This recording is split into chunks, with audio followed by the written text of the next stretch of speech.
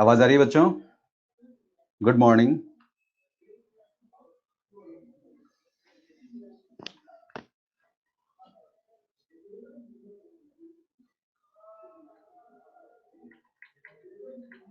तो कल अपनों ने देखा था स्ट्रक्चर ऑफ टेस्टिस, ठीक है।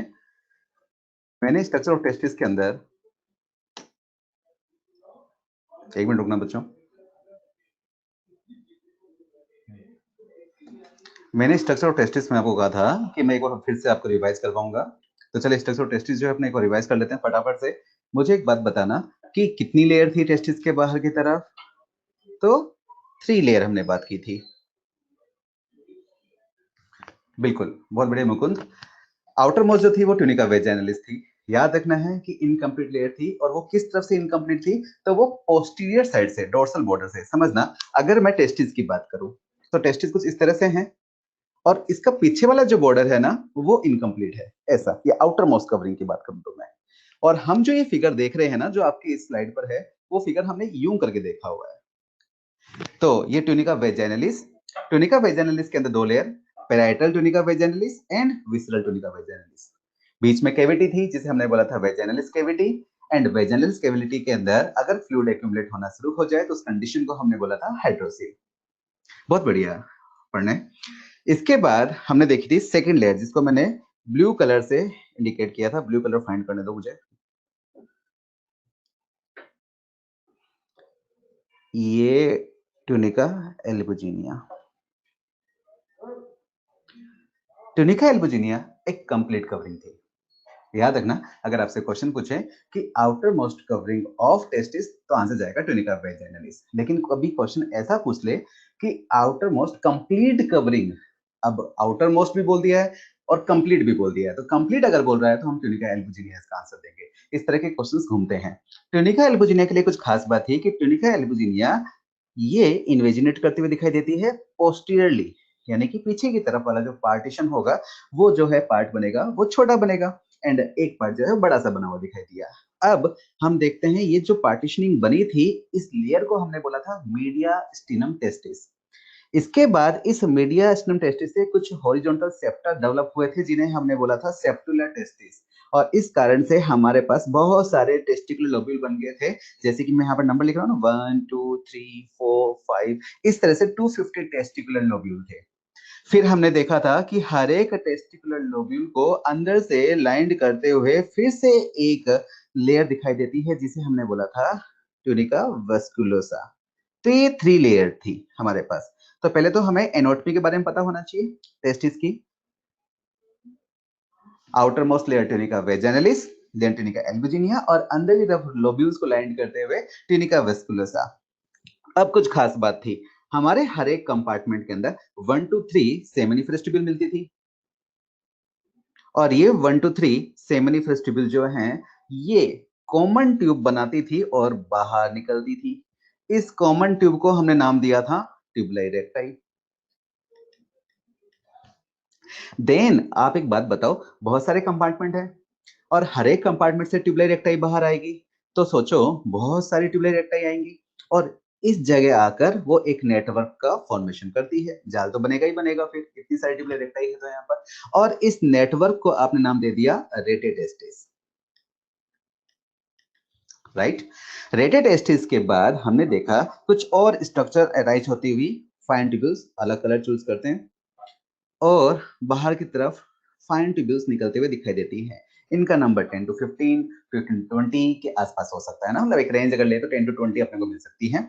अब ये जो फाइन ट्यूब्यूल्स हैं, ये जाकर एक हाईली कोइल्ड स्ट्रक्चर बनाता है जिसकी लेंथ 6 मीटर के अराउंड होती है, और वो 6 मीटर की लेंथ वाली स्ट्रक्चर जो है वो है एपिडिडाइमिस। ये एपिडिडाइमिस, एपिडिडाइमिस को हम 3 पार्ट में डिवाइड करते हैं। ये जो हाईली कोल्ड वाला पार्ट होगा, ऊपर वाला, इसे हम बोलते हैं केपट एपिडिडाइमिस।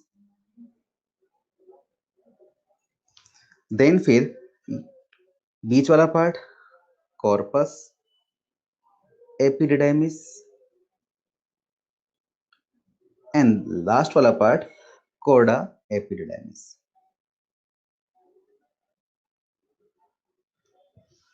अब अगर हम देखें तो ये वाला जो पार्ट, जो हेड वाला पार्ट है, ये कैपेट एपिडिडाइमिस बोल रहे हैं, तो यहाँ पर गुच्छा कुछ ज्यादा ही है। आपको पता है इस एपिडिडाइमिस जो इतना सा कॉमा शेप दिखाई दे रहा है, ये एक्चुअल में 6 मीटर लेंथ लिया हुआ है। आप 6 मीटर लेंथ सोचो, 1 metre, 2 metre, 3 metre, 4 metre, 5, 6 metre length. तो सोचो कितनी ज्यादा कोल्ड रखी होगी इस कॉमा शेप इतना से स्ट्रक्चर बनाए रखने के लिए। कैपेट एपिडिडाइमिस जो है, इसका एक नाम ग्लोबस मेजर भी है, यानी कि गुच्छा जो था वो बहुत ज्यादा बड़ा था। इसे हम हेड वाला पार्ट भी बोलते हैं एपिडिडाइमिस का। देन कॉर्पस एपिडिडाइमिस जो है, ये इसका बॉडी वाला पार्ट कहलाता है। और लास्ट में जो कोडा एपिडिडाइमिस है बच्चों, ये इसका टेल वाला पार्ट कहलाता है। आप देखिए ना, कोडा वर्ड जो आमतौर पर हम यूज करते हैं वो टेल के लिए तो यूज करते हैं, तो ये एपिडिडाइमिस का टेल वाला पार्ट है। अब जो एपिडाइमिस का जो टेल वाला पार्ट है, फर्दर जो नेक्स्ट स्ट्रक्चर बनाएगा बच्चों, इंपॉर्टेंट है, याद रखना है अपने को, ये है वास डिफरेंस। कौन सी स्ट्रक्चर बच्चों? Vas deferens. ये वास डिफरेंस बनाएगा। इसके बाद आप देखो, अब हमारे पास कुछ सेल्स टेस्टिस के अंदर और भी दिखाई देती हैं, वो इन सेमिनी फेस्टिबल के बीच बीच में दिखाई देती है। और इन सेमिनी फेस्टिबल के बीच बीच में जो सेल्स दिखाई देती हैं, सेमिनी फेस्टिबल्स पर आ गया हूं, ये सेल्स कहलाती हैं लेडिक सेल। लेडिक सेल को आप इंटरस्टिशियल सेल भी बोलते हैं। हम देखते हैं प्यूबर्टी के बाद एलएच जो है इन सेल्स को स्टिमुलस देता है, और ये सेल्स देन फिर टेस्टोस्टेरोन सिक्रीट करती है, जो कि एक मेल का मेन एंड्रोजन होता है। ठीक है, तो एक बात बताओ, जो सेमिनिफेरस ट्यूब्यूल है उसके अंदर है क्या लेडिक सेल? नहीं ना, बाहर की तरफ है। बाहर की तरफ, यानी कि सेमिनिफेरस ट्यूब्यूल जो पड़ी होंगी एक कंपार्टमेंट, उसके बीच बीच में आपको बहुत सारी जो है सेल्स दिखाई देंगी। अब देखें बच्चों, ये जो वासा एफ्रेंसिया थी, ये जो स्ट्रक्चर मैंने बनाई थी, इस वासा एफ्रेंसिया के लिए भी क्वेश्चन बनता है बच्चों। How many state tubules comes out of one testicular lobule? आप देखो ना, हर एक कंपार्टमेंट में 1 to 3 सेमिनिफेरस ट्यूब्यूल है, और हर एक कंपार्टमेंट से बाहर तो फाइनली एक ही ट्यूब निकल रही है ना, यानी कि सेमिनिफेरस ट्यूब्यूल जो 3 है ना हर एक कंपार्टमेंट में, वो तीनों की ओपनिंग सेपरेट नहीं है, वो तीनों फ्यूज होती है और एक कॉमन ओपनिंग बनाती है। इसे हमने बोला ट्यूबुलर रेक्टाई या फिर स्टेट ट्यूब्यूल। यानी कि हमारे पास अप्रोक्सीमेटली 250 ट्यूबुलर रेक्टाई है। जितने टेस्टिकुलर लोब्यूल है उतनी ही हमारे पास क्या है? ट्यूबुलर रेक्टाई है बच्चों। इसके बाद आप देखें, अगर बात करें वासा एफ्रेंसिया पर, वासा एफ्रेंसिया ऐसी पहली स्ट्रक्चर है, वासा एफ्रेंसिया। एक क्वेश्चन बनता है कि टेस्टिस के प्रोडक्ट को, यानी कि गैमेट को, यानी कि स्पर्म को टेस्टिस से बाहर लेकर जाने वाली कौन सी स्ट्रक्चर है? तो इसका आंसर होगा वासा एफ्रेंसिया। वासा एफ्रेंसिया तक जो स्ट्रक्चर होती है उन्हें हम इंट्रा टेस्टिकुलर स्ट्रक्चर बोलते हैं, और वासा एफ्रेंसिया के बाद यानी एपिडेमिस से हम एक्स्ट्रा टेस्टिकुलर स्ट्रक्चर जो है वो काउंट करते हैं। आपके मॉड्यूल में जो है लास्ट में गोल्डन की पॉइंट के अंदर एक पाथवे बना रखा है, वहां पर अपने इसको डिस्कस करेंगे। अब देखिए बच्चों, ये जो एपिडिडाइमिस वाला पार्ट है ना, ये पूरा कैपट कॉर्पस कोडा, इन तीनों को मिलाकर हम क्या बोल रहे हैं कंबाइंडली? ये है तो क्या चीज? एपिडिडाइमिस है ना। एपिडिडाइमिस जो है, इसके फंक्शन अपने को याद रखने हैं, ये फंक्शन पूछे जाते हैं बच्चों। एपिडिडाइमिस के 3 फंक्शन अपने को याद रखने हैं। पहला फंक्शन तो है फंक्शनल मैच्योरेशन,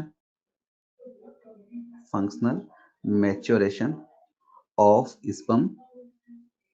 दूसरा फंक्शन इसका बोलते हैं डीकैपेसिटेशन, एंड तीसरा फंक्शन है टेम्पोररी स्टोरेज ऑफ स्पर्म। देखो बच्चों, होता क्या है, एपिडिडाइमिस वाले पार्ट पर जैसे स्पर्म पहुंचा, आपको पता है ना स्पर्म बना कहां दिए गए थे? स्पर्म तो बना दिए गए थे, एक मिनट कलर चेंज करते हैं अपने,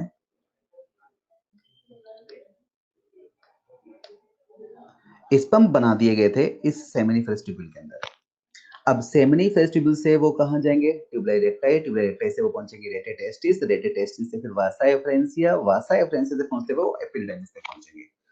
हम कहते हैं जो मोटिलिटी मिलती है ना स्पर्म को, वो मिलती है एपिडिडाइमिस वाले पार्ट के अंदर। अब एक बात अगर स्पर्म को मोटिलिटी एपिडिडाइमिस वाले पार्ट पे मिलती है तो फिर स्पर्म यहाँ से लेकर एपिडिडाइमिस तक पहुंचा कैसे, यानी कि ट्यूबुलाई रेक्टाई उसने कैसे ट्रेवल किया, फिर उसने रेडी टेस्टिस को ट्रेवल किया, वासा एफरेंसिया कैसे ट्रेवल करी। तो आपने एनिमल टिश्यू के अंदर पढ़ा हुआ है, एनिमल टिश्यू में आपने एक स्ट्रक्चर पढ़ी हुई है स्टीरियोसीलिया, और आपने उसके एग्जाम्पल याद किए थे एपिडिडाइमिस एंड वास डिफरेंस में भी क्या मिलते हैं, स्टीरियोसीलिया। तो क्या होता है, सेमिनिस वेस्टिब्यूल से सिर्फ स्पर्म ही नहीं बनता है, बहुत सारा फ्लूइड भी रिलीज होता है, और उस फ्लूइड को स्टीरियोसीलिया जो है वो एब्जॉर्ब करते रहते हैं। और अगर फ्लूइड को एब्जॉर्ब करते रहेंगे तो फ्लूइड के अंदर एक वेव बन जाएगी ना, एक करंट बन जाएगी, उस वेव के ऊपर ये स्पर्म जो है तैरते हुए आते हैं और एपिडाइमिस तक पहुंचते हैं। अब एपिडाइमिस की बात करें, यहाँ पर क्या हुआ, देखो बच्चों, अगर स्पर्म की बात की जाए तो स्पर्म का स्ट्रक्चर जो है वैसे तो आएगा ही सही। स्पर्म के अंदर अपने मेनली बात करते हैं हेड वाला पार्ट, नेक वाला पार्ट, मिडल पीस वाला पार्ट एंड उसका longest part that is tail वाला पार्ट। हम डिस्कस करेंगे इसकी हेड वाले पार्ट के अंदर एक्रोसोम होता है, न्यूक्लियस होता है, नेक वाले पार्ट के अंदर सेंट्रियोल होता है, proximal centriole, distal centriole, middle piece वाले पार्ट में माइटोकॉन्ड्रिया होता है जिसे एनर्जी चेंबर बोलते हैं। ये स्पर्म के स्ट्रक्चर पर हम डिस्कस करेंगे, लेकिन जो टेल वाला पार्ट है ना, ये खास है। टेल का जो इनिशियल पार्ट है बच्चों, इसे हम बोलते हैं principal part. Principal part epididymis के एपिथेलियम से हमें बहुत सारे सिक्रेशन आते हुए दिखाई देते हैं, और वो सिक्रेशन क्या करते हैं, यहाँ के टेल के प्रिंसिपल वाले पार्ट पर बहुत सारे चैनल प्रोटीन को डेवलप करवाते हैं। जैसे कि एक चैनल प्रोटीन की मैं बात करूं तो केटिस्पर चैनल, ये कैल्शियम का इनफ्लक्स करवाने वाले चैनल है स्पर्म की इस प्रिंसिपल पार्ट ऑफ टेल के अंदर बच्चों। और कैल्शियम का इनफ्लक्स होगा तो फिर हम देखते हैं कि मोटिलिटी मिलती है,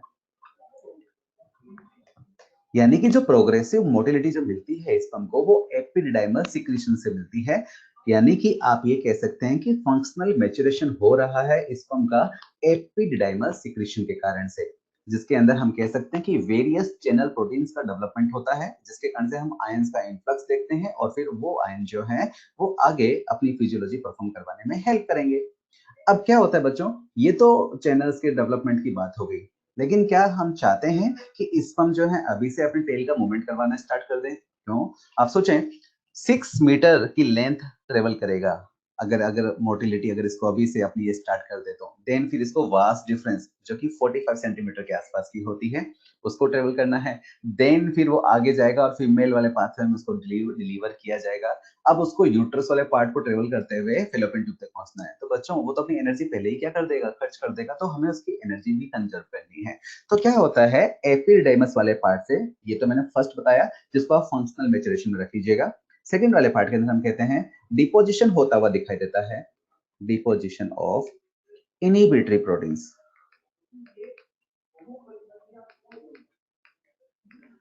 अब बहुत सारी इनहिबिटरी प्रोटीन्स जो है इन स्पर्म्स के जो चैनल्स डेवलप हुए थे उनके ऊपर जो है डिपॉजिट कर दी जाती है, ताकि कैल्शियम का जो है इन्फ्लक्स ना हो, वेरियस आयंस का जो है वो इन्फ्लक्स ना हो, यानी उन आयंस के इन्फ्लक्स को जो है वो अफेक्टेड किया गया है। साथ ही साथ हम देखें तो कोलेस्ट्रॉल की कवरिंग भी बनती हुई दिखाई देती है हमें इस पूरे स्पर्म पर। तो हम कह सकते हैं कि कहीं ना कहीं हमने इसकी मोटिलिटी को क्या किया है बच्चों, रोका है, हमने इसकी एनर्जी जो है वो कंजर्व की है। हमने इसके जो एक्रोसोम वाले पार्ट है उसके ऊपर जो है वो एक कोलेस्ट्रॉल की थिक लेयर लगा दी है, ताकि वो एंजाइम जो एक्रोसोम के अंदर भरे होते हैं, हम स्पर्म की जब स्ट्रक्चर देखेंगे तो वहां हम बात करेंगे कि एक्रोसोम के अंदर बहुत सारे एंजाइम भरे होते हैं जो कि स्पर्म की हेल्प करते हैं ओवा को पेनिट्रेट करवाने में। तो हम नहीं चाहते कि वो एक्रोसोम के वेरियस एंजाइम जो बाहर निकलना शुरू हो जाए, तो हमने क्या कर दिया, एक प्रोटेक्टिव कवरिंग सी बना दी है उसके ऊपर, ताकि एक्रोसोम की कोई भी स्ट्रक्चर जो है वो कांटेक्ट में ना आए किसी भी एलिमेंट के, ताकि स्पर्म जो है वो सेफ रहे। तो हमने क्या किया है, एक तो चैनल्स को ब्लॉक कर दिया है, कोलेस्ट्रॉल की कोटिंग कर दी है, हमने स्पर्म को एक तरह से डीएक्टिवेट किया है, हमने उसको कैपेसिटी को क्या किया है, रोका है, और इसी प्रोसेस को हम बोलते हैं डीकैपेसिटेशन करना। तो हमने वेरियस चैनल प्रोटीन्स को डेवलपमेंट करवाया था तो फंक्शनल मैच्योरेशन बोला, और हमने उसका डीकैपेसिटेशन करवाया, आपको सिंपल से याद रख लेना कि इनहिबिटरी प्रोटीन्स का डिपोजिशन करवाया था।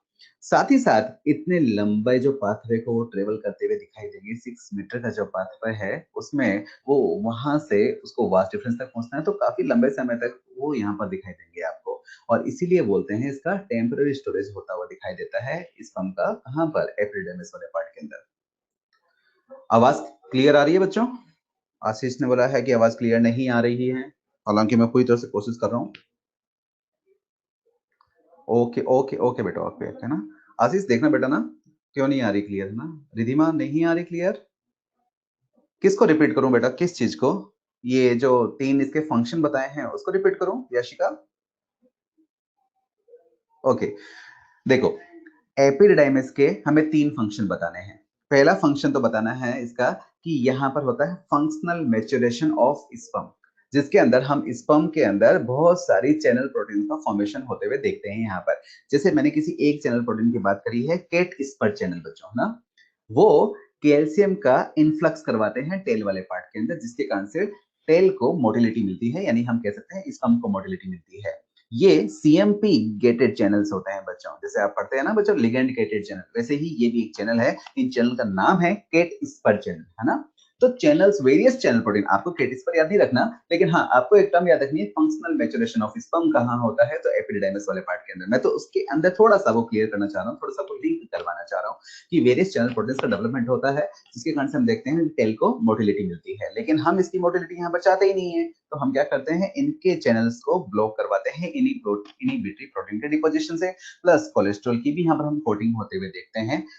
हम इसकी एनर्जी को कंजर्व करना चाहते हैं, हम इसके एक्रोसोमल एंजाइमेटिक सिक्रीशन को रोकना चाहते हैं कि वो बाहर ना निकले, किसी भी कारण से एक्रोसोम जैसी स्ट्रक्चर जो है वो डैमेज ना हो जाए। तो हमने क्या किया यहाँ पर, उसकी कैपेसिटी को रोका है। जब वो फीमेल पाथवे में एंटर करेगा ना बच्चों, तो वहां की जेनेटर ट्रैक्ट से फिर हम देखेंगे वेरियस प्रोडक्ट्स आएंगे, जैसे कि water, lipid, glycogen, enzyme, inorganic salt. तो वो वहां पर क्या करेंगे, इसके ऊपर लगे बहुत सारी इनिबिटरी प्रोटीन्स को एंड कोलेस्ट्रॉल की कोटिंग को डिसॉल्व करवा देंगे। और अगर वो डिसॉल्व हो जाएगी तो फिर से हम क्या कहेंगे कि वापस से स्पर्म को कैपेसिटी मिल गई। तो स्पर्म की कैपेसिटी कहाँ मिलती है, तो फीमेल जेनिटल ट्रैक्ट के अंदर। तो कैपेसिटेशन होगा बच्चों वेजाइना के अंदर, और डी कैपेसिटेशन होता है एपिडिडाइमिस के अंदर। इसके अलावा इतना लंबा पाथवे 6 मीटर की लेंथ को ट्रेवल करते हुए दिखाई देगा, तो काफी समय, लंबे समय के लिए वो यहाँ पर हमको रुकता हुआ दिखाई देगा। इसलिए हम बोलते हैं कि स्पर्म का टेम्पररी स्टोरेज होता हुआ दिखाई देता है हमें इस एपिडिडाइमिस वाले पार्ट के अंदर बच्चों। बात समझ में आई? अब देखें आगे की तरफ, हमने अब तक क्या देखा, टेस्टिस की covering, tunica vaginalis, tunica albuginea and tunica vasculosa. इसके बाद हम क्या देख रहे थे कि बहुत सारे कंपार्टमेंट बने बच्चों, एंड कंपार्टमेंट का नंबर आपको याद रखना है, 250 कंपार्टमेंट होते हैं। एंड फिर हमने क्या देखा, हर एक कंपार्टमेंट को अंदर से लाइन करते हुए तो ट्यूनिका वेस्कुलोसा थी, हर एक कंपार्टमेंट में हमारे पास 1 to 3 सेमिनिफेस्टिबल प्रेजेंट होती है, जैसे मैंने किसी एक कंपार्टमेंट में बनाकर आपको दिखाई थी। हर एक कंपार्टमेंट में 1 to 3 सेमिनिफेस्टिबल प्रेजेंट होती है, और ये हमारे एनसीईआरटी के अंदर भी मेंशन कर रखा है बच्चों, ठीक है। अब सेमिनिफेस्टिबल्स के बीच बीच में भी सेल्स होती हैं, सेमिनिफेस्टिबल के बाहर की तरफ, है ना। और उन सेल्स को हम बोलते हैं लेडिक सेल, जो कि एलएच के इन्फ्लुएंस में टेस्टोस्टेरोन का फॉर्मेशन करती है। सेमिनी फेस्टिवल हर एक कंपार्टमेंट की जब वो बाहर की तरफ ओपनिंग बनाती है ना, जैसे 1 to 3 सेमिनी फेस्टिवल है, तो वो तीनों जो है वो कॉमन ओपनिंग बनाती हैं, और वो कॉमन ओपनिंग जो ट्यूब निकलती है उसे हम बोलते हैं ट्यूबुला इरेक्टाई या फिर स्ट्रेट ट्यूब्यूल्स बच्चों।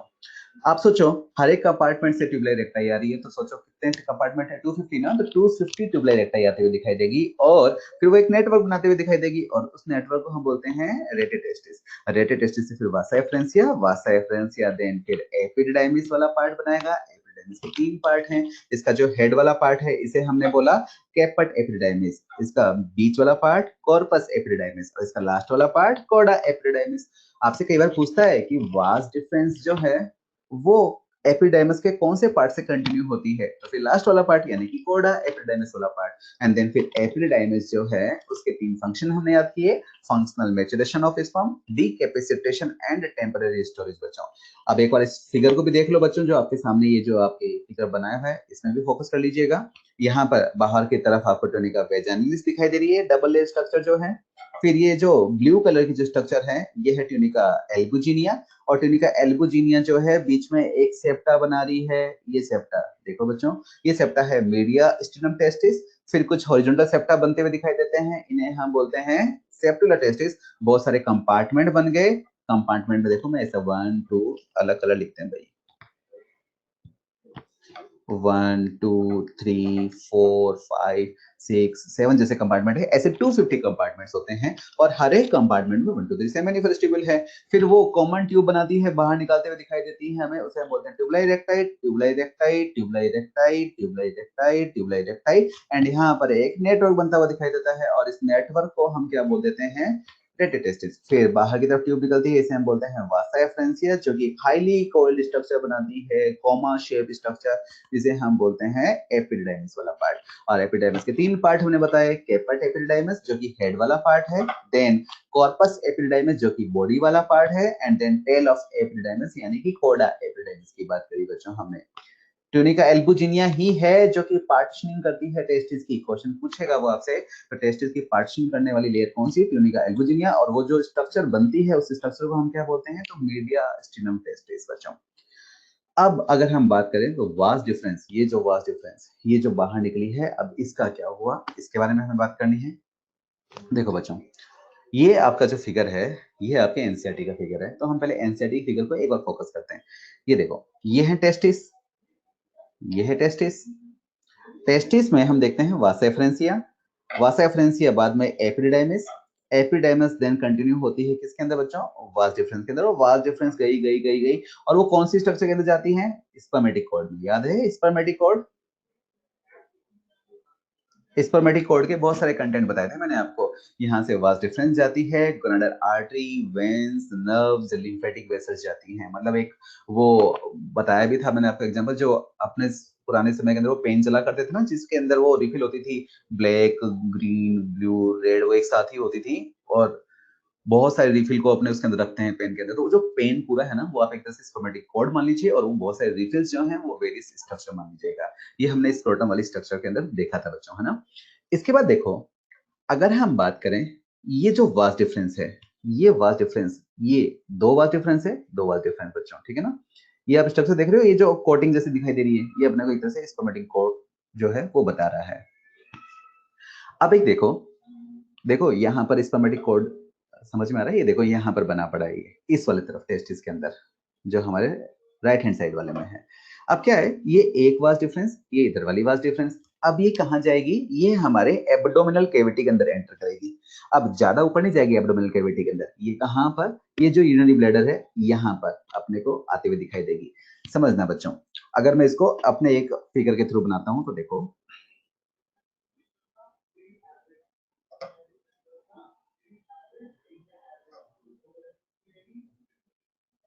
मान लीजिए ये हमने बनाया यूरिनरी ब्लैडर और ये है यूरिटर। आप जानते हैं यूरिनरी ब्लैडर के बाद जो है यूरिथ्रा स्टार्ट हो जाएगा। ये यूरिथ्रा का वो पार्ट है, हम क्योंकि मेल की बात कर रहे हैं तो प्रोस्टेटिक यूरिथ्रा, देन फिर प्रोस्टेटिक यूरिथ्रा के बाद मेम्ब्रेनस यूरिथ्रा एंड देन फिर पेनाइल यूरिथ्रा वाला पार्ट स्टार्ट हो जाता है।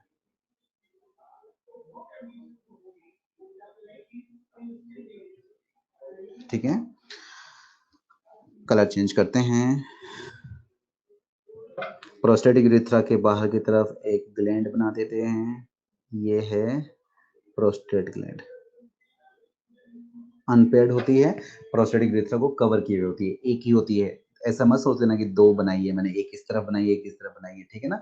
अनपेयर्ड है, एक ही होती है, इस तरह से है हमारे पास, है ना।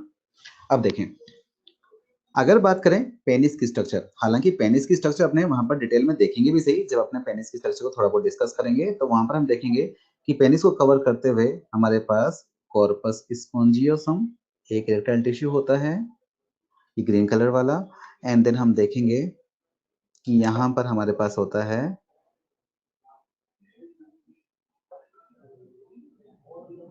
Corpora cavernosa. लेकिन अभी हम जो है इसको डिस्कस नहीं कर रहे हैं पेनिस के स्ट्रक्चर को, हमें तो अपने यूरिथ्रा वाले पार्ट पे फोकस करना है और हमें अपनी ग्लैंड्स पे फोकस करना है बच्चों। देखो हमने अभी सिर्फ एक ग्लैंड दिखाई है, और वो कौन सी ग्लैंड दिखाई है बच्चों, हमने प्रोस्टेट ग्लैंड दिखाई है। ये मैंने अभी सिर्फ प्रोस्टेट ग्लैंड को मेंशन किया है।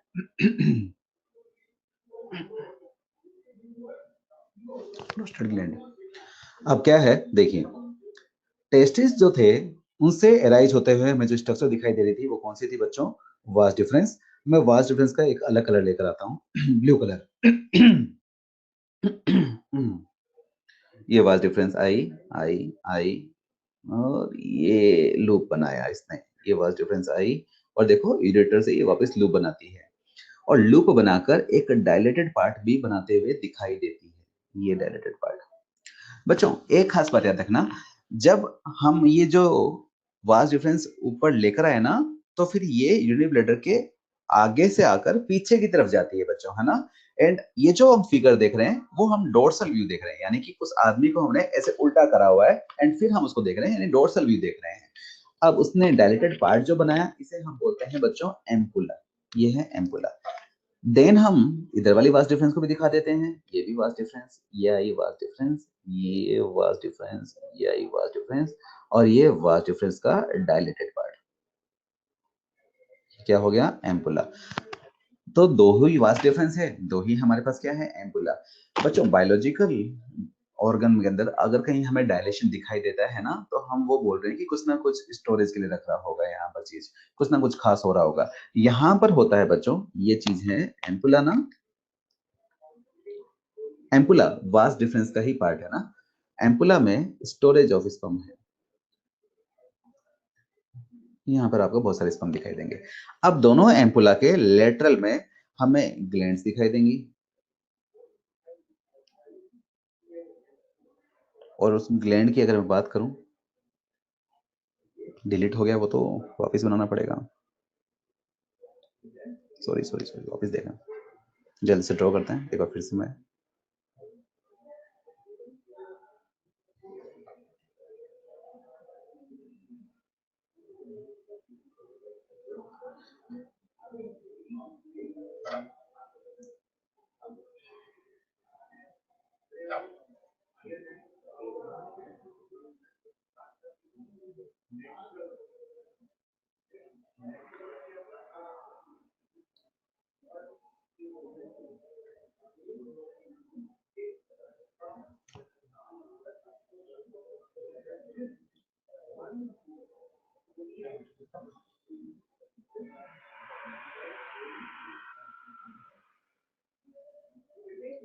ये हमारी प्रोस्टेट ग्लैंड, पेनिस के बाहर जो टिश्यू बनाए थे मैं एक बार बना देता हूं, लेकिन अभी अपने को उनको याद रखने की जरूरत नहीं है।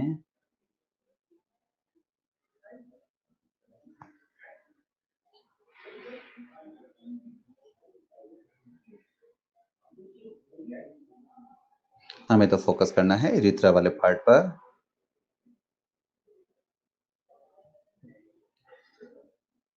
Vast difference I, vast difference I और डायलेटेड पार्ट बनाया जिसे हमने बोला एम्पुला। इधर से वास्ट डिफरेंस आई आई और डायलेटेड पार्ट बनाया जिसे हमने बोला एम्पुला, ये रहा एम्पुला। एम्पुला के लेटरल में हम ग्लैंड, चलो हम अब तक जितनी भी स्ट्रक्चर है ना उनके एक बार नेम जो है वो मेंशन कर देते हैं ना। ये तो है बच्चों यूरेटर, ठीक है, यानी कि ऊपर कहीं किडनी रही होगी और वो किडनी से जो आदि स्ट्रक्चर है वो यूरेटर वाली बात कंटिन्यू कर रहे हैं, ठीक है ना। और ये जो है स्ट्रक्चर वो है यूरिनरी ब्लैडर, ठीक है। हमें यूरिनरी ब्लैडर के बाद जो उसका सेगमेंट स्टार्ट होता है डेट इज यूरिथ्रा, उस पर फोकस करना है। अब ये वाला जो पार्ट है ये है प्रोस्टेटिक यूरिथ्रा, ठीक है। छोटा सा पार्ट मेम्ब्रेनस यूरिथ्रा। मेल के अंदर आपको पता हो यूरिथ्रा को तीन पार्ट में डिवाइड किया जाता है, prostatic urethra, membranes urethra and penile urethra. Between penile urethra and prostatic urethra छोटा सा जो पार्ट है उसे हम बोलते हैं बच्चों मेम्ब्रेनस यूरिथ्रा, ठीक है। अब देखें आप वापिस आते हैं अपने फिगर पर। एम्पुला के लेटरल में हमें ग्लैंड दिखाई देती है, इस एम्पुला के लेटरल में भी ग्लैंड दिखाई दी एंड इस एम्पुला के लेटरल में भी ग्लैंड दिखाई दी। ये जो ग्लैंड है ये कहलाती हैं सेमाइनल वेसिकल। सेमाइनल वेसिकल जो बच्चों ये पेयर्ड स्ट्रक्चर है, सेमाइनल वेसिकल से बहुत सारे कंटेंट आते हैं, fructose, fibrinogen, prostaglandin, citrate, inositol, है ना, सेवरल प्रोटीन्स, बहुत सारे कंटेंट आता है। एम्पुला जो है, ये स्ट्रक्चर एम्पुला, ये साइट है स्टोरेज ऑफ स्पर्म की, ठीक है। अब खास बात देखो बच्चों, एक स्ट्रक्चर देखना, आप फोकस करना। एम्पुला से तो क्या आएंगे, स्पर्म बाहर आएंगे, यहाँ पर बहुत सारे स्पर्म पड़े हुए हैं एम्पुला वाले पार्ट में, तो स्टोरेज हुए हुए। एम्पुला एंड सेमिनल वेसिकल, ये दोनों एक कॉमन ट्यूब बनाते हैं बच्चों, ये कॉमन ट्यूब बनाते हैं, ये कॉमन ट्यूब बनाते हैं, और इस कॉमन ट्यूब को हम नाम देते हैं बच्चों इजेकुलेटरी डक्ट।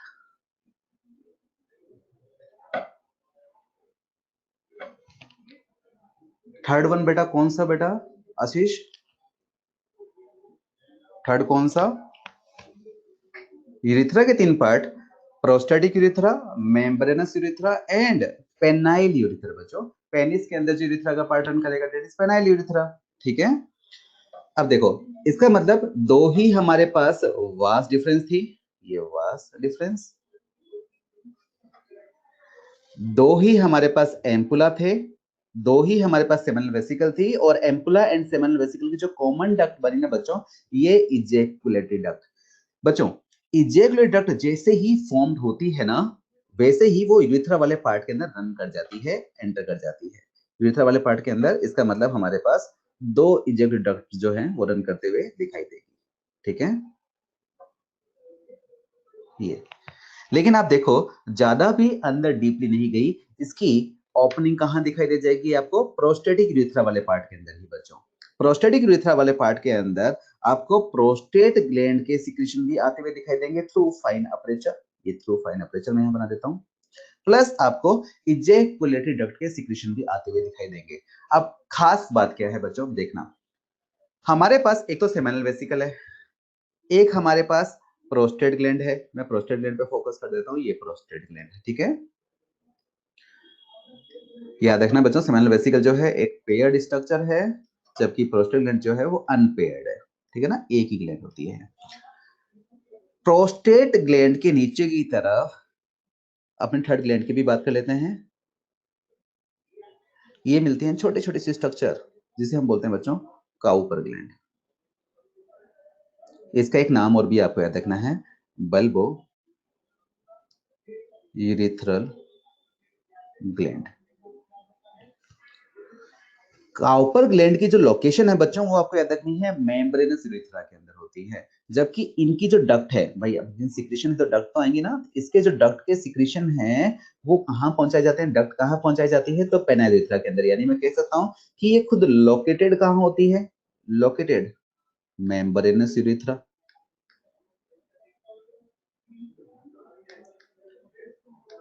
लेकिन इनकी duct opening of Cowper's glands ये कहां होती है, पेनाइल यूरिथ्रा बच्चों ना, ये आपके मॉड्यूल में भी लिखा हुआ है, इसलिए मैं एक पॉइंट यहां पर डिस्कस कर दे रहा हूं, ठीक है। अब एक खास स्ट्रक्चर देखिए बच्चों, देखो हमारे पास इस प्रोस्टेटिक यूरिथ्रा वाले पार्ट के अंदर ओपनिंग थी इजेकुलेटरी डक्ट की भी, जो कि दो थी, हमारे पास प्रोस्टेट ग्लैंड की भी, साथ ही साथ यहां पर आपको एक स्ट्रक्चर और दिखाई देती है, वो स्ट्रक्चर है प्रोस्टेटिक यूट्रिकल। अब प्रोस्टेटिक यूट्रिकल मुझे आप बताएंगे कि प्रोस्टेटिक यूट्रिकल क्या चीज थी, ये जो मैंने ब्लैक वाला मेंशन कर रखा है ना बच्चों, ये है प्रोस्टेटिक यूट्रिकल। वो प्रोस्टेटिक यूट्रिकल आप याद करें, रिग्रेशन ऑफ, बिल्कुल रिग्रेशन ऑफ मुलेरियन, बहुत बड़े दिव्यानी, बहुत बड़े Mukund, regression of Mullerian duct in male. अब मेल था तो मेल के अंदर तुमने वुल्फियन डक्ट डेवलप करी है, तो फिर मुलेरियन डक्ट डेवलप नहीं हुई थी, तो ये प्रोस्टेटिक यूट्रिकल आपको यहाँ कहीं लोकेटेड दिखाई देगा, इसकी रिग्रेशन फॉर्म आपको यहाँ दिखाई देगी, ठीक है। अब क्या होता है बच्चों, आप देखें इस यूरिथ्रा के अंदर हमने वो पूरे इंतजाम कर दिए हैं हमारे जेनिटल ट्रैक्ट के सिक्रीशन पहुंचाने के लिए, लेकिन यूरिथ्रा वाले पार्ट से तो दो चीजें बाहर आ सकती है, एक तो जेनिटल ट्रैक्ट के सिक्रीशन और एक यूरिन वाला पार्ट, है ना। अच्छा, अब अपने नर्वस सिस्टम पे चलते हैं। आपने नर्वस सिस्टम पढ़ा है क्लास 11 के अंदर, जहां पर आपने पढ़ा था सिंपैथेटिक नर्वस सिस्टम। जब सिंपैथेटिक नर्वस सिस्टम एक्टिवेट होता है तो क्या बॉडी के सारे फंक्शन को एक्साइट करवाता है, नहीं ना, वो बहुत सारे फंक्शन को एक्साइट करवाता है तो बहुत सारे फंक्शन को इनहिबिट भी करवाता है। जैसे कि आप याद करें, गैस्ट्रिक सिक्रीशन को इनहिबिट करवाता है, सलाइवेशन जो होते हैं वो क्या होते हैं, इनहिबिट करवाए जाते हैं। इसी तरह तो हम देखते हैं कि मिक्सुरेशन डेफिकेशन प्रोसेस में तो क्या करवाए जाते हैं, इनहिबिट करवाए जाते हैं। और अगर आपको पता हो कि भाई जो इजेकुलेशन करवाया जाता है ना, तो उस समय सिंपैथेटिक नर्वस सिस्टम ही काम करता है, मतलब सिंपैथेटिक नर्वस सिस्टम एक्टिवेट होगा तो इजेकुलेशन होगा।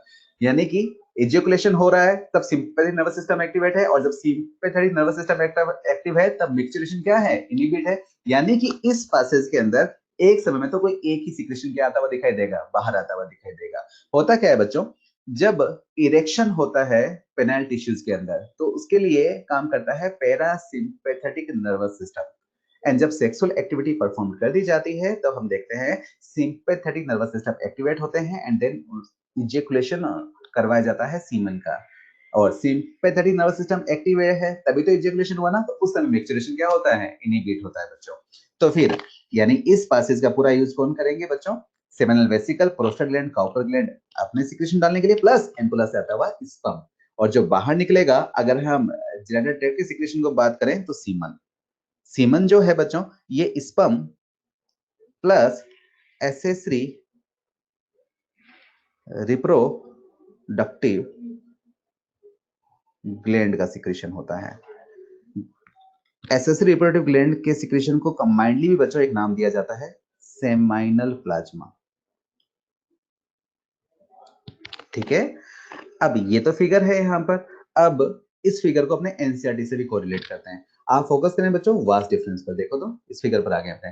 वास्ट डिफरेंस गई गई गई गई एंड यूरिनरी ब्लैडर के पीछे की तरफ आकर डायलेटेड पार्ट बनाती है।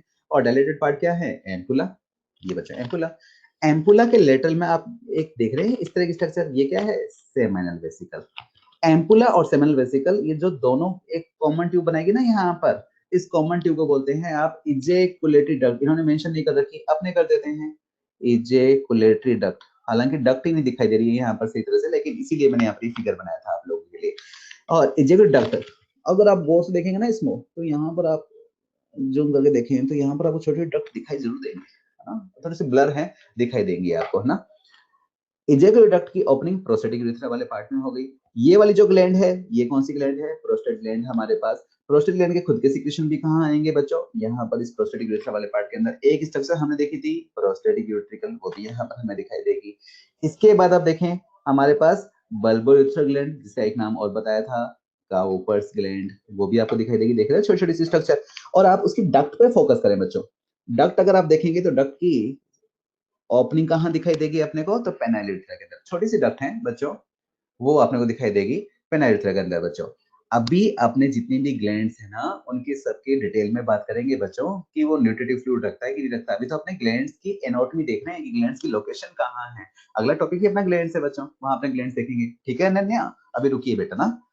फिर देखो हमारे पास ये वाला जो पार्ट है, ये पूरा तो पेनिस वाला पार्ट बता रखा है, पूरा पेनिस वाला पार्ट। लेकिन हमें तो फोकस करना है यूरेथ्रा वाले पार्ट पर, इस पर, ये यूरेथ्रा। एंड देन फिर एक कॉमन ओपनिंग है जिसे हम क्या बोलते हैं, यूरेथ्रल मीटस। अब यहाँ पर अपने पास ये फोरस्किन, ग्लांस पेनिस, ये पेनिस वाले पार्ट के अंदर, जब पेनिस की स्ट्रक्चर देखेंगे तब समझ लेंगे। तो ये हमने देखी वेरियस ग्लैंड्स की लोकेशन बच्चों की, वास्ट डिफरेंस जब ऊपर जाती है एब्डोमिनल कैविटी के अंदर, देन फिर यूरिनरी ब्लैडर के पीछे तक जाकर जो डायलेटेड पार्ट बनाती है उसे एम्पुला बोलते हैं। उसके लेटर में सेमिनल वेसिकल है, कॉमन ट्यूब इजेक्युलेटरी डक्ट है, दो इजेक्युलेटरी डक्ट की ओपनिंग है प्रोस्टेट यूरेथ्रा वाले पार्ट के अंदर, वहां पर प्रोस्टेट ग्लैंड की भी ओपनिंग है, नीचे काउपर ग्लैंड है, फिर काउपर ग्लैंड की भी ओपनिंग है पेनाइल यूरेथ्रा वाले पार्ट के अंदर। तो अभी सिर्फ लोकेशन समझिए, ठीक है। अब थोड़ा सा आगे चलते हैं टॉपिक को। अब देखो जो अनन्या आप क्वेश्चन पूछ रहे थे ना, वापस अब देखो ग्लैंड पर ही आ रहे हैं अपने, है ना।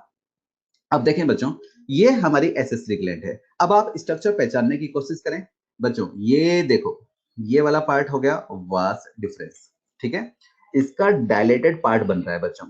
डायलेटेड पार्ट जो है वो क्या कहलाएगा, एम्पुला, है ना। एक अच्छा सा फिगर जो है वो आपके लिए लेकर आए, बस अच्छे से फिगर को समझने की कोशिश करो। कलर थोड़ा सा चेंज कर दें ताकि हाईलाइटेड हो। ये वाला पार्ट तो क्या हो गया, एम्पुला, जबकि ये वास डिफरेंस वाला पार्ट था। अच्छा, एम्पुला के लेटरल में आपको जो ये ग्लैंड दिखाई दे रही है, ये जो ग्लैंड दिखाई दे रही है, ये कौन सी ग्लैंड है, seminal vesicle. Then seminal vesicle and ampulla ये आपस में फ्यूज कर जाएंगे यहाँ पर कहीं, और ये फ्यूज करते ही एंटर कर जाएंगे प्रोस्टेट यूरेथ्रा वाले पार्ट के अंदर, ठीक है। अब लेकिन प्रोस्टेट ग्लैंड तो पूरी दिखा रखी है यहाँ पर, तो हमने जो डायग्राम बनाया था वो हमने इसका ऐसे कट सेक्शन लिया हुआ था, तब हमें अंदर वाला पार्ट दिखाई दे रहा था। तो ये जो प्रोस्टेट यूरेथ्रा है, वो सॉरी इजेक्ट डक्ट है, वो यहाँ पर आपको इस यूरेथ्रा वाले पार्ट के अंदर आपको कॉमन ओपनिंग होते हुए, मतलब ओपनिंग होते हुए दिखाई देगी। दो इजेक्ट डक्ट की आपको ओपनिंग दिखाई देगी, प्लस प्रोस्टेट ग्लैंड है ना, तो प्रोस्टेट ग्लैंड के खुद के सिक्रेशन भी तो आएंगे बच्चों, उसके सिक्रेशन की भी ओपनिंग होगी यहाँ पर, क्योंकि यूरेथ्रा वाला पार्ट तो यही चल रहा होगा ना, अंदर ही अंदर सोचो, यूरेथ्रा वाला पार्ट तो यहाँ चल रहा होगा, इसके चारों तरफ तो ग्लैंड है, प्रोस्टेट ग्लैंड बच्चों। साथ ही साथ एक स्ट्रक्चर थी प्रोस्टेटिक यूट्रिकल पे, जिसको अपना फोकस अभी नहीं करना। और फिर हमारे पास ये देखो नीचे की तरफ, ये छोटे छोटे से ये स्ट्रक्चर है हमारे पास काउपर ग्लैंड, जिसे हम बोलते हैं बल्बो यूट्रिकल। तो अब हमारा जो टॉपिक है वो हमें डील करेगा कि भाई seminal vesicle, prostate gland, bulbo utricle gland, इनका क्या फंक्शन है, इनका क्या कंटेंट है बच्चों। तो देखो, जैसा कि हमने बात की थी, मैं वापस लिखता हूं, सीमन ये क्या था, तो ये था sperm plus accessory reproductive glands का सिक्रेशन, राइट। अब असेसरी रिप्रोडक्टिव ग्लैंड के सिक्रेशन का एक नाम दिया था, याद करो, सेमाइनल प्लाज्मा। हम जब सीमन की बात करते हैं तो स्पर्म का कंट्रीब्यूशन तो बहुत कम होता है, अराउंड 10%, 90% तो असेसरी रिप्रोडक्टिव ग्लैंड का ही सिक्रेशन होता है, ठीक है। अब हम देखते हैं सीमन का जो 60 to 70% पार्ट बनाता है, वो बनाता है कौन, सेमाइनल वेसिकल के सिक्रेशन, ठीक है। दूसरा, इसकी पीएच, अगर हम नॉर्मली अगर सबकी पीएच की बात करें तो पीएच सबकी जो है बच्चों एल्कलाइन ही है, तो पीएच पर इतना आपको फोकस करना नहीं है, अराउंड 7.3 7.4 आपको जो है यहाँ की पीएच दिखाई देगी, 7.2 से लेकर 7.4 तक आपको वेरी करते हुए दिखाई देगी। सीमन की जो पीएच है अपने को एल्कलाइन बतानी है, ठीक है। अब क्या है, सेमिनल वेसिकल की अगर हम बात करें तो सेमिनल वेसिकल आपके मॉड्यूल की जो थ्योरी है उसमें आप फोकस कीजिएगा, वहां पर आपको 4-5 लाइनें लिखी हुई है। सेमिनल वेसिकल के अंदर हमें जेली, लुब्रिकेट, ट्रांसपेरेंट सा सिक्रेशन आता हुआ दिखाई देगा। खास बात, सीमन का 60% पार्ट यहीं से आता है। इसके अंदर हमें मिलते हैं fructose, fibrinogen, prostaglandin, citrate, inositol, several protein. अब खास खास हमें याद जो रखने हैं, जैसे कि फ्रक्टोज हमें याद रखना है। फ्रक्टोज बच्चों स्पर्म के लिए फ्यूल का काम करता है। ये सिर्फ और सिर्फ फ्रक्टोज जो है, फ्रक्टोज कंपोनेंट, ये ह्यूमन मेल के अंदर सेमिनल वेसिकल के सिक्रेशन से आता है, बाकी कहीं आपको फ्रक्टोज आता हुआ नहीं दिखाई देगा। और यही कारण है कि फ्रक्टोज जो है वो एक आइडेंटिफायर भी की तरह काम करता है, कि अगर रेप विक्टिम है तो फीमेल के अगर जेनिटल ट्रैक्ट के अंदर अगर फ्रक्टोज है, इसका मतलब कहीं ना कहीं मेल का इन्वॉल्वमेंट था, क्योंकि फीमेल की बॉडी से तो फ्रक्टोज आ ही नहीं सकता। तो अगर फीमेल के जेनिटल ट्रैक्ट के अंदर अगर फ्रक्टोज कंपोनेंट देखा गया तो यानी कहीं ना कहीं मेल का इन्वॉल्वमेंट था, ठीक है बच्चों। एक नॉर्मल सा क्वेश्चन कहीं बनता हुआ चलता है, इसलिए मैंने यहाँ पे डिस्कस किया। तो बस फ्रक्टोज अगर आएगा तो कहां से कहां पर आएगा, सेमिनल वेसिकल, और सिर्फ ह्यूमन मेल के अंदर आता हुआ दिखाई देगा, ठीक है। फ्रक्टोज जो है आपको याद रखना है, ये स्पर्म के लिए फ्यूल का काम करेगा। फाइब्रिनोजन जो है वो हम देखेंगे सीमन का कोआगुलेशन करवाएगा, ठीक है। ये अभी हम देखेंगे, जब प्रोस्टाग्लैंडिन के सिक्रेशन देखेंगे ना, तो मैं एक छोटा सा एक फ्लो चार्ट बनाऊंगा, उसके अंदर आपको समझ में भी आएगा। प्रोस्टाग्लैंडिन जो है लोकल हार्मोन की तरह भी काम करते हैं, कॉन्स्ट्रिक्शन भी परफॉर्म करवाते हैं। जब सीमन फीमेल वाले पाथवे में पहुंचा दिया जाता है ना बच्चों, तो वहां पर हम देखते हैं कि ये यूट्रस की जो मसल्स होती हैं उनमें अंदर कॉन्ट्रेक्शन करवाता है, जिसके कारण से स्पर्म को हेल्प मिलती है टुवर्ड्स फेलोपियन ट्यूब मूव करने पर। बाकी और भी बहुत सारे कंटेंट है, सिट्रेट है, इनोसिटोल है, सेवरल प्रोटीन्स हैं, ऑस्मोटिक बैलेंसेस में हेल्प करते हैं।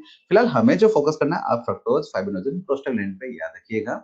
लेकिन अपने को रीडिंग एक बार सभी नामों की देनी है, क्योंकि कई बार क्वेश्चन ऐसे आएंगे यहाँ के माइनर्स के अंदर कि इनमें से कितने कंटेंट सेमिनल वेसिकल से बिलोंग करते हैं, कितने कंटेंट प्रोस्टेट ग्लैंड से बिलोंग करते हैं, है ना।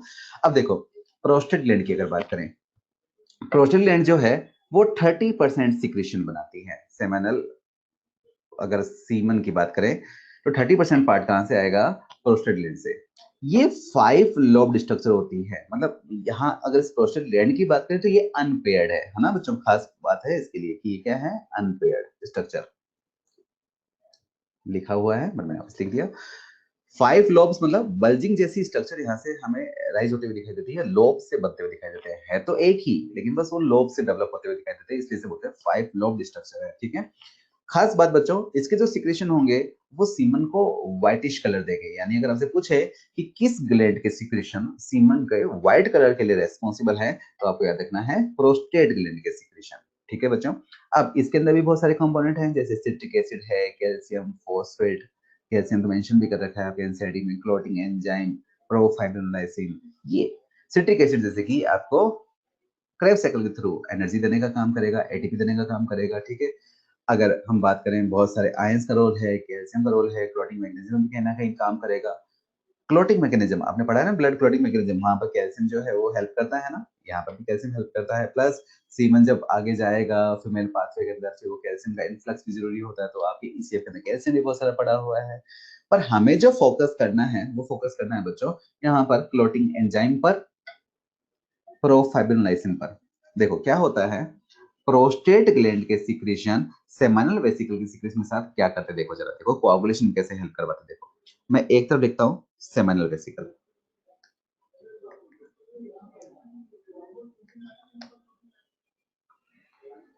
एक तरफ लिखता हूँ प्रोस्टेट ग्लैंड। सेमिनल वेसिकल के मैं जिस कंपोनेंट की अभी बात करने जा रहा हूँ, डेट इज हमारा फाइब्रिनोजन, ठीक है।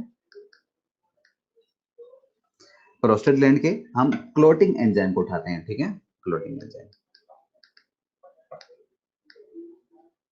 सीए, कैल्शियम वगैरह को, एंड देन फिर हम देखते हैं ये क्या करवाते हैं, कोआगुलेशन करवाते हैं सीमन का, ऑफ सीमन, यानी कहीं ना कहीं एनर्जी कंजर्वेशन में हमारी हेल्प कर रहे हैं। लेकिन प्रोस्टेट ग्लैंड का जो प्रोफाइब्रिनोलाइसिन है ना, ये एक खास एलिमेंट है, प्रोफिब्रिनोलाइसिन। बच्चों एक बात बताओ, जो प्रो वाला पार्ट होता है वो क्या इंडिकेट करता है, वो इंडिकेट करता है उसकी इनएक्टिव स्टेज को, है ना। थोड़े टाइम के बाद जब वो सीमन फीमेल वाले पाथवे तक पहुंच रहा होगा, हम देखते हैं कि ये कन्वर्ट होना शुरू हो जाता है किसके अंदर, फाइब्रिनोलाइसिन के अंदर। आप सोचो जब कोआगुलेशन हुआ होगा तब फाइब्रिनोजन से फाइब्रिन वगैरह बने होंगे, सब ये एंजाइम जो थे, ये रिएक्शन जो थे वो हेल्प कर रहे होंगे फाइब्रिन का प्रोडक्शन होना। अब इस कोआगुलेशन को अगर हमें डिजोल्व करवाना है, तो उन फाइब्रिन वगैरह को डिजोल्व करवाना है, तो देखो तो फाइब्रिनोलाइसिन आ गया, तो ये क्या कर देगा, थोड़े समय बाद इस सीमन को वापस जो कोआगुलेशन हुआ था उसके अंदर इसको डिजोल्विंग करवाने की हेल्प, डिजोल्विंग ऑफ कोआगुलेशन, यानी एक तरह से स्पर्म का एक्टिवेटर का भी काम करेगा। तो पहले तो इसने कोआगुलेशन करवाया, लेकिन आप सोचिए ना, जब इजेकुलेशन करवा रहे थे तभी तो प्रोस्टाग्लैंडिन सीक्रेशन मिले होंगे। देन जब फीमेल वाले पाथवे में पहुंचा दिया गया होगा, तब तक इसके प्रोफाइब्रिनोलाइसिन जो है वो फाइब्रिनोलाइसिन के अंदर कन्वर्ट हो गए होंगे, एंड देन वापस से क्या करवा दिया होगा, डिजोल्विंग करवा दी होगी इस कोआगुलेशन की। हम चाहते भी तो है ना कि हमारा स्पर्म जो है वो एक कोआगुलेशन मीडियम में ना रहे, वो वापस से क्या हो जाए, आजाद हो जाए, ठीक है ना। वहां पर उसको अपनी एक्टिविटी शो करनी है, फेलोपियन ट्यूब पर पहुंचकर उसको वहां पर क्या करना है, ओवा को फर्टिलाइज करना है, ठीक है। तो ये सारा कुछ काम था। तो हमें क्या क्या याद रखने हैं प्रोस्टेट ग्लैंड के लिए बच्चों, अनपेयर्ड स्ट्रक्चर है, 5 लोब्ड स्ट्रक्चर है, 30% पार्ट ऑफ सीमन बनाती है, मिल्की सीक्रेशन इसके अंदर होते हैं, citric acid, calcium phosphate, clotting enzyme, profibrinolysin, ये अपने को याद रखने हैं। इसके अलावा बच्चों बल्बो यूरिथ्रल ग्लैंड, ये जो है छोटी छोटी सी कॉर्पोरल ग्लैंड, ये बड़ी खास होती है बच्चों, है ना। ये लुब्रिकेशन में भी हेल्प करती है। साथ ही साथ देखते हैं हम कि इसकी ओपनिंग याद करो कहाँ थी, पेनाइल यूरिथ्रा वाले पार्ट के अंदर, और पेनाइल यूरिथ्रा वाले पार्ट के अंदर ये क्या करेंगी, अपने एल्कलाइन सिक्रेशन में डाल देगी। और अगर उसका एल्कलाइन सिक्रेशन पेनाइल यूरिथ्रा वाले पार्ट के अंदर आ जाएंगे, तो क्या करेगा, ये जो यूरिथ्रा की एसिडिटी होगी उसको ये डिस्ट्रॉय कर देगा, ताकि स्पर्म के लिए पाथवे को क्या किया जा सके, क्लीन बनाया जा सके। बात समझ में आई। तो बच्चों मुझे बताओ, अब तक ग्लैंड तक समझ में आया क्या? यस मेंशन करना बच्चों, अगर यस भी ना कर सको तो वाई मेंशन कर दो। मुकुंद भाई यस। ओ भाई ओ भाई ओ भाई ओ भाई ओ भाई, अरे भाई, रशिका, आयुषी, राम, महेश, आशीष, ज्योति, अनन्या, चैतन्य, आयुष, एकता, हरिका, स्वराज, रिधिमा, तरणप्रीत कौर, रुद्राक्षा। देखो बच्चों क्या होता है ना, एक तो ऑफलाइन क्लासेस होती है ना, एक ही ऑनलाइन क्लासेस होती है।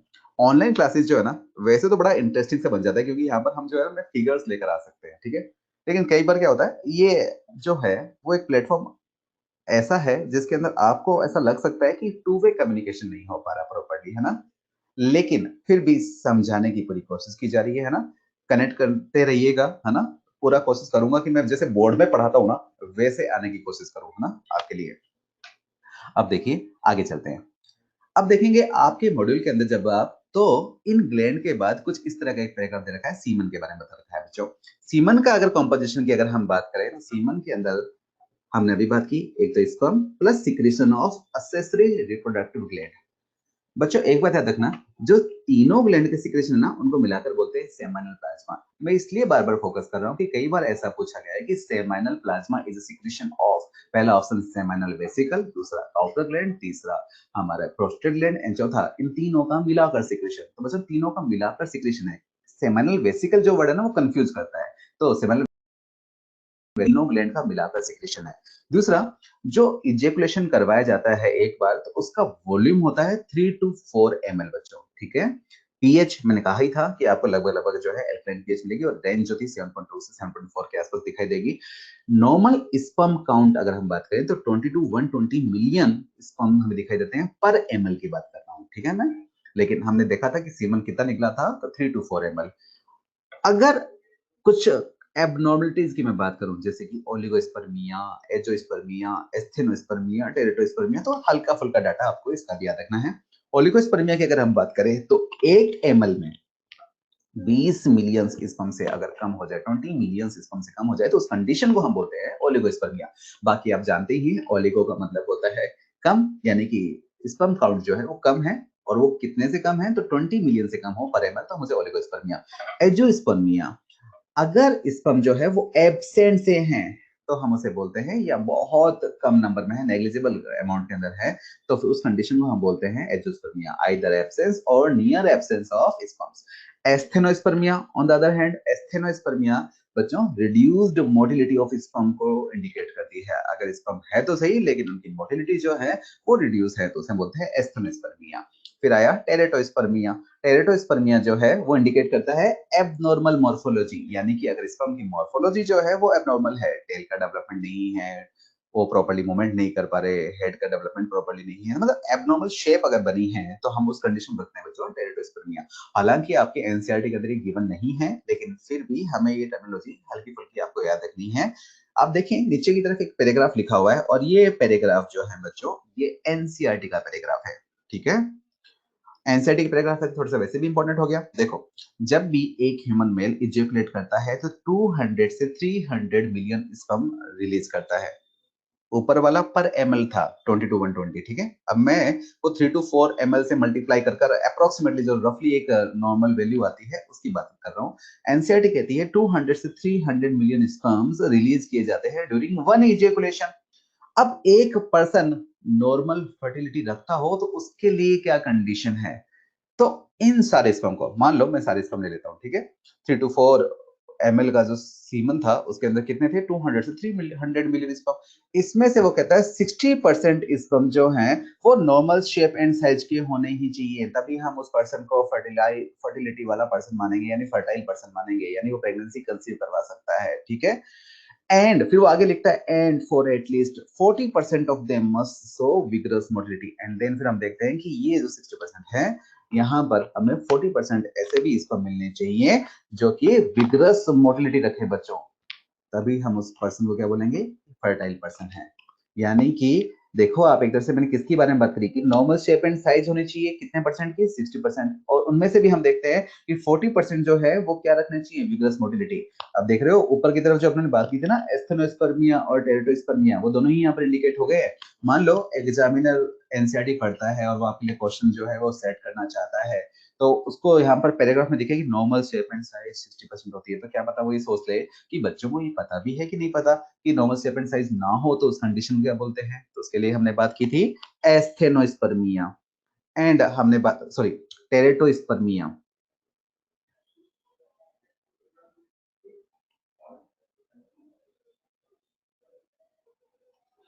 अगर नॉर्मल शेप एंड साइज ना हो तो टेरेटोस्पर्मिया, एंड विगरस मोटिलिटी ना हो तो एस्थेनोस्पर्मिया। इसलिए वहां पर दो टर्मिनोलॉजी इंडिकेट की गई थी ताकि एनसीईआरटी के पैराग्राफ में भी कुछ कुछ ऐसा सा इंडिकेट हो रहा था, ठीक है। तो वहां पर तो आपको एक नॉर्मल फर्टिलिटी की कंडीशन अपने को याद रखनी है। इसके बाद देखें, अब आया हिस्टोलॉजी ऑफ सेमिनिफेस्टिबल बच्चों, है ना। हिस्टोलॉजी ऑफ सेमिनिफेस्टिबल जो है इस पर भी फोकस कीजिएगा, थोड़ा जल्दी से मुझे एक बार रिवाइज करवाइएगा। मैं डायग्राम का कलर थोड़ा-सा पेन मार्कर कलर चेंज करता हूँ और ये ट्यूनिका वेजाइनलिस बनाता हूँ। ये ट्यूनिका वेजाइनलिस, ठीक है? एंड देन फिर इसी कलर से, ताकि टाइम वेस्ट ना हो, ये ट्यूनिका एल्बुजिनिया, ठीक है? फिर अंदर की तरफ ट्यूनिका विस्कोसा होती है, लेकिन अभी हमने ट्यूनिका विस्कोसा फोकस ना करते हुए फटाफट से मीडिया स्ट्रम टेस्टिस बनाते हैं और बहुत सारे टेस्टिकुलर लोब्यूल बनाते हैं, ठीक है? ये 250 टेस्टिकुलर लोब्यूल के अंदर क्या होती हैं, उन पर हम फोकस करते हैं और वहां पर जो स्ट्रक्चर प्रेजेंट होती हैं वो होती हैं सेमिनिफेस्टिब्यूल। जैसे कि मैं सिंपल से सेमिनिफेस्टिब्यूल देखो, एक सेमिनिफेस्टिब्यूल, दो सेमिनिफेस्टिब्यूल, थ्री सेमिनिफेस्टिब्यूल, और इसकी कॉमन ओपनिंग हमने बात की थी ना बच्चों, वो थी हमारे पास ट्यूबुलर रेक्टाई। लेकिन हमें आगे तक नहीं पहुंचना, क्योंकि हमारा जो टॉपिक है वो है हिस्टोलॉजी ऑफ सेमिनिफेस्टिब्यूल, तो हमें इस सेमिनिफेस्टिब्यूल पे फोकस करना है। साथ साथ में बच्चों एक यहाँ पर चीज और भी थी, याद करो, आउटसाइड द सेमिनिफेस्टिब्यूल या फिर इन बिटवीन सेमिनिफेस्टिब्यूल्स हमें कुछ सेल्स दिखाई दे रही थी, और वो सेल्स थी बच्चों, ये जो बीच बीच में सेल्स दिखाई देंगी वो थी हमारे पास लेडिक सेल या फिर इंटरस्टिशियल सेल, ठीक है? अब वो हिस्टोलॉजी की बात कर रहा है, ठीक है? आमतौर पे बच्चों जब ये फिगर समझाया जाता है तो ये नहीं पता चलता कि हम किस टॉपिक की बात कर रहे हैं। तो देखो क्या है, हिस्टोलॉजी के अंदर हम यहाँ पर इस सेमिनी फेस्टिवल की ल्यूमन के अंदर देखना चाहते हैं कि वहां पर क्या चल रहा है। तो मैंने एक कट सेशन लिया है कुछ ऐसा सा, देखना, मैं कट सेशन की बात करता हूँ।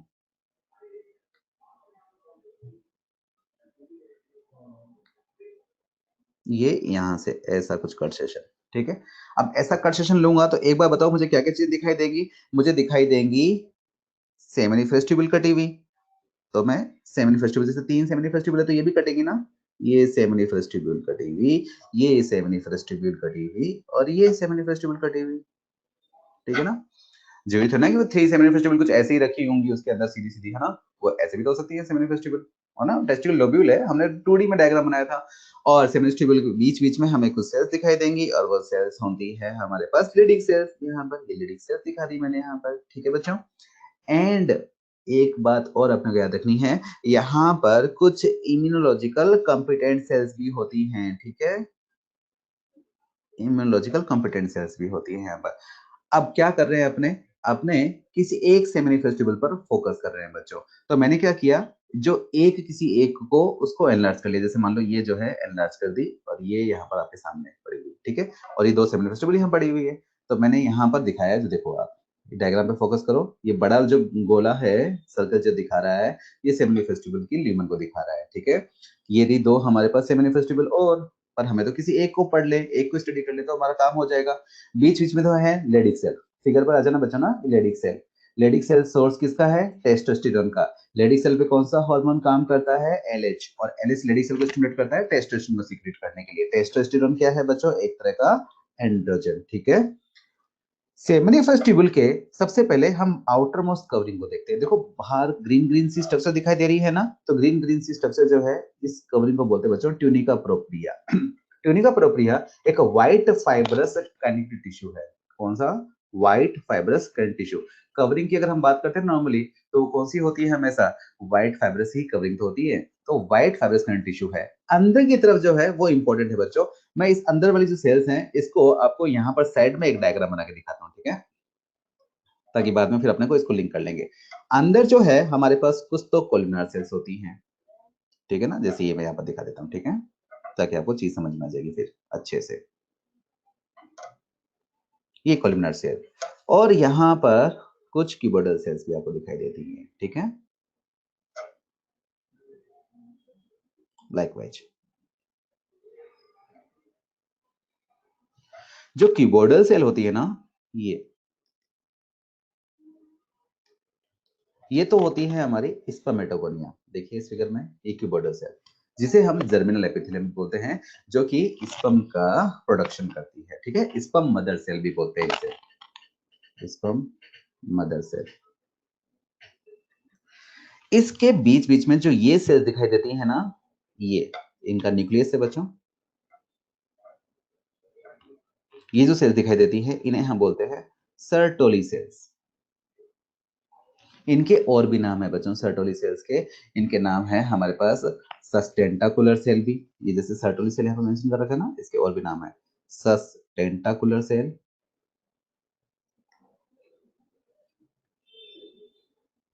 Nurse cell, supporting cell. खास बात पता है क्या है बच्चों, सर्टोली सेल जो है ना, सर्टोली सेल, ये मेमेलियन करेक्टर है, याद रखना है। सर्टोली सेल एक मेमेलियन करेक्टर है बच्चों, ठीक है।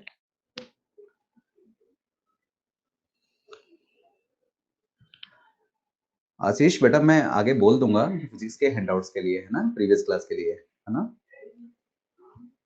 सर्टोली सेल जो है, इसके पहले तो मैंने नाम बताया, ठीक है। अब आप फोकस करना स्ट्रक्चर पर, एक बार वापस देखें। हमने देखा ये सेमिनिफरस ट्यूब्यूल की ल्यूमन, ल्यूमन जो है ये, ठीक है। ये जो क्यूबोइडल लाइक जो सेल्स बनी हैं, जिन्हें हमने बोला है स्पर्मेटोगोनिया, ये क्या बनाएगी आगे जाकर, प्राइमरी स्पर्मेटोसाइट, फिर बनाएगी सेकेंडरी स्पर्मेटोसाइट, एंड फाइनली बना के देगी बच्चों अपने को स्पर्म। और ये स्पर्म जो है अपने को एम्बेडेड दिखाई देंगी बच्चों इन सर्टोली सेल्स के अंदर, न्यूट्रिशन लेते हुए यहाँ पर अपने को एम्बेडेड दिखाई देंगे, ठीक है, ये चीज में। अब एक बात समझना बच्चों, सर्टोली सेल्स जो है ना, उसके फंक्शंस इंपॉर्टेंट भी है, हमें याद रखने हैं। जैसे कि क्यूबोइडल सेल जो है उसके फंक्शन तो क्या था, स्पर्म बनाना, लेकिन जो सर्टोली सेल है ना, इसके फंक्शन जो है वो बहुत इंपॉर्टेंट है। उसके फंक्शंस की अगर हम बात करें तो आगे हम देखते हैं इसके फंक्शंस को डिटेल में लिखा हुआ, तो यहाँ का जो स्पेस है ना मैं उसको यूटिलाइज कर लूंगा। पर फिलहाल मैं बाहर की एनाटॉमी को एक बार और समझा देता हूँ आपको, बाहर क्या क्या चीजें हैं। तो बाहर हमारे पास पड़ी हुई है लेडिक सेल, और लेडिक सेल रिलीज करेंगी टेस्टोस्टेरोन, ठीक है, प्लस इम्यूनोलॉजिकल कॉम्पिटेंसेस।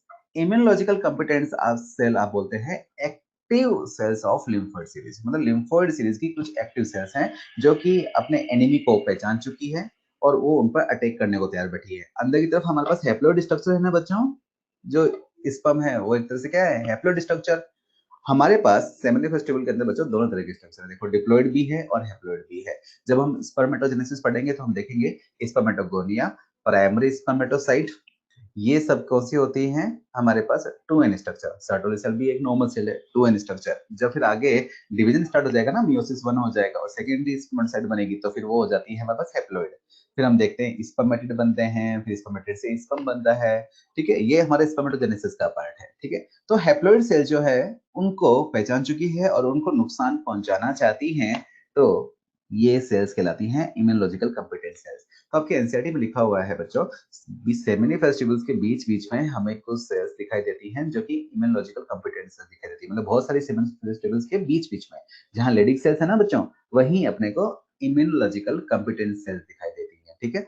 अब मुझे ना क्या करना है, इन सर्टोली सेल के फंक्शंस को डिस्क्राइब करना है। तो देखो सर्टोली सेल के फंक्शंस को समझाने के लिए, पहला, सर्टोली सेल के लिए फंक्शन के लिए बड़ा नॉर्मल समझा देता हूँ, ये खाती भी है ये खिलाती भी है। मतलब क्या करते हैं, ये डेड स्पर्म का तो फेगोसाइटोसिस करती है एंड लाइव स्पर्म को न्यूट्रिशन प्रोवाइड करती है। तो मैं ऐसे याद रखता हूँ हमेशा, खाती भी है और खिलाती भी है, मतलब डेड स्पर्म का तो क्या कर लेगी, फेगोसाइटोसिस कर लेगी, एंड लाइव स्पर्म को न्यूट्रिशन प्रोवाइड करेगी। तो देखो पहले ये लिखा हुआ है, Sertoli cell provide nutrition to the germ cell and perform phagocytosis of injured और डेड सेल्स, ठीक है।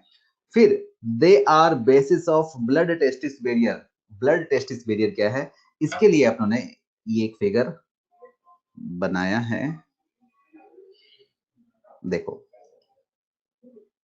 Sertoli cell, Sertoli cell, Sertoli cell, Sertoli cell, Sertoli cell, ठीक है।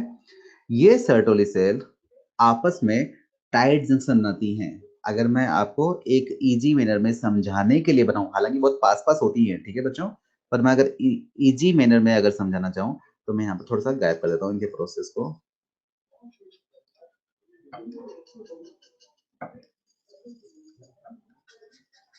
ठीक है।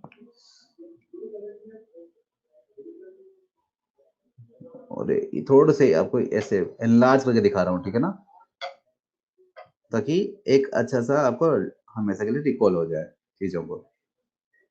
हालांकि ऐसे इतना दूर दूर नहीं, मैं तो एक घेरा सा बना हूं जैसे कोई हाथ बने पड़े हैं, ठीक है। और हैप्लॉइड स्ट्रक्चर जो है वो आपके किधर की तरफ होती है, इधर की तरफ, ठीक है। और डिप्लॉइड स्ट्रक्चर किधर की तरफ है, इधर की तरफ। तो बाहर पड़ी हुई इम्यूनोलॉजिकल कॉम्पिटेंट सेल जो है वो आपकी हैप्लॉइड सेल को जो है हम ना पहुंचा पाए, इसलिए वो टाइट जंक्शन का फॉर्मेशन करती है, टाइट जंक्शन का फॉर्मेशन, और इसी को हम बोलते हैं ब्लड टेस्टिस बैरियर का फॉर्मेशन। ठीक है, अब अपने प्रीवियस फिगर में फिर चले देखें अपने प्रीवियस फिगर में। अब देखो बच्चों, यहाँ पर जो लाइट ब्लू कलर है, मैंने ऐसा कुछ बना रखा है ना, ये टाइट जंक्शन, ये टाइट जंक्शन, ये टाइट जंक्शन। तो आपकी हैप्लॉइड स्ट्रक्चर को एक तरह से आपके बॉडी के इम्यून सिस्टम से अलग किया गया है, ब्लड से अलग किया गया है। इसी को हम बोलते हैं ब्लड टेस्टिस बैरियर का फॉर्मेशन करना। ठीक है, फिर देखिए Sertoli cell produces inhibin. Inhibin जो बच्चों नाम बता रहा है, इनिबिट करना। ठीक है, इनिबिशन करना। अगर एक्सेसिव स्पर्मेटोजेनेसिस होता है ना, तो क्या करती है सर्टोली सेल, इनिबिन रिलीज करना शुरू कर देती है। और इनिबिन जैसे ही आता है तो ये क्या करवाता है, हाइपोथैलेमस से जीएनआरएच का सिक्रेशन कम करवा देगा, पिट्यूटरी ग्लैंड से एफएसएच एलएच का सिक्रेशन कम हो जाएंगे। हम जानते हैं कि एफएसएच एलएच के इन्फ्लुएंस में ही स्पर्मेटोजेनेसिस चलता हुआ दिखाई देता है। ठीक है, तो इनिबिन का काम भी हो गया। और एक तो आपको पता ही था कि प्रिमिटिव सर्टोली सेल की हमने बात की थी, जिन्होंने निकाला था एंटी मुलेरियन हार्मोन, या फिर हमने इसे नाम दिया था मुलेरियन इनहिबिटिंग सब्सटेंस, या नाम दिया था मुलेरियन इनहिबिटिंग फैक्टर, या फिर मुलेरियन रिग्रेशन फैक्टर, कुछ भी। फिलहाल अपने को एंटी मुलेरियन हार्मोन याद रखना है। एक चीज, सर्टोली सेल जो है वो एस्ट्रोजन बना सकती है टेस्टोस्टेरोन से बच्चों। देखो टाइट जंक्शन का फंक्शन क्या है, एक बार फिर से देख लो आयुषी। क्या है बच्चों, बाहर की तरफ ये इम्यूनोलॉजिकल कॉम्पिटेंट सेल्स पड़ी हुई है। ठीक है, और हमारे पास हैप्लॉइड सेल आ गई ना बच्चों। हैप्लॉइड सेल को हमारा इम्यून सिस्टम पहचानेगा नहीं, तो वो क्या करना चाहेगा, इस पर अटैक करना चाहेगा, है ना। और हम नहीं चाहते कि हमारे स्पर्म जो है वो क्या हो जाए, किल हो जाए। तो हमने क्या कर दिया है, एक बैरियर बना दिया है, यहाँ पर एक बैरियर बना दिया, देखो तो। और इस बैरियर को ही हमने क्या बोला है, ब्लड टेस्टिस बैरियर। मतलब कि सर्टोली सेल जो है वो इस तरह से कुछ प्रोसेस बना लेती है, जिसके कारण से ये नेबर सर्टोली सेल है ना, एक सर्टोली सेल, दूसरा सर्टोली सेल। तो ये जो टाइट जंक्शन बन गया ना बच्चों, ये टाइट जंक्शन ही क्या है, एक बैरियर है। क्योंकि ये हमारे पास ल्यूमन रही होगी, यहाँ पर हमारे पास इम्यूनोलॉजिकल कॉम्पिटेंट सेल्स पड़ी होगी, बाहर की तरफ अगर फोकस करें, है ना। तो वो जो है अंदर यहाँ तक ना पहुंच सके, उसी को हम क्या बोल रहे हैं, ब्लड टेस्टिस बैरियर। तो आपसे पूछेगा कि ब्लड टेस्टिस बैरियर कौन सी सेल बनाती है, तो फिर सर्टोली सेल। कैसे बनाती है, तो बाय फॉर्मिंग टाइट जंक्शन बच्चों। ठीक है ना।